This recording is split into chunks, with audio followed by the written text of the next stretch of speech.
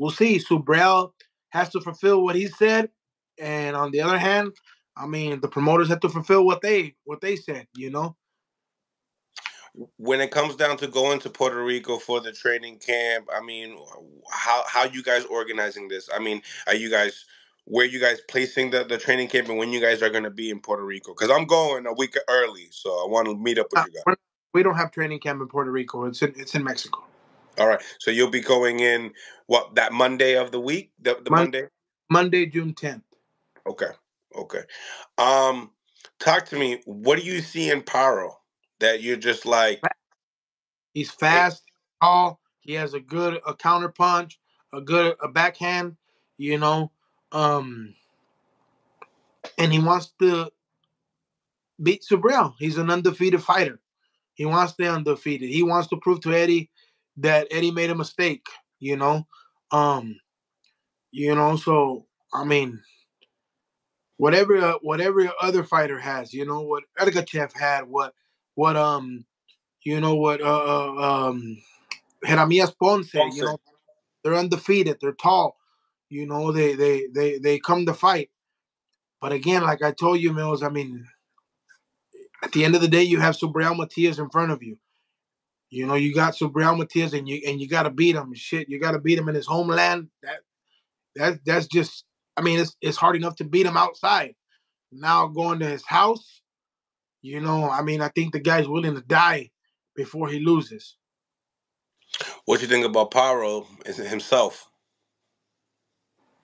Paro made me money when he fought Montana Love. I talked to Montana Love yesterday. He actually got Matias winning the fight. He said that Paro was ass, but then I kind of told him, what does that make you? But anyway, yeah, talk to me. I mean, he's only been in America one time to fight, Montana Love, not even close to the same, style. What do you see in his resume that's like, nah, no puede? Subriel Matias. Yeah. Just a completely different animal. Never seen it. He'll be getting stopped. That's all we know how to do. Juan Orengo tells everybody when they ask, what do you see Subriel doing? No, él no sabe otra cosa. Él no sabe otra cosa. What do you see in Subriel? Now he got the IBF, and he's, going to be fighting in his home island. Is there any difference that you see in him? With the belt, gonna fight in his hometown? It's not the belt. I'll tell you that. Subriel care less. Subriel wants to fight the best. He don't give a shit about the belt.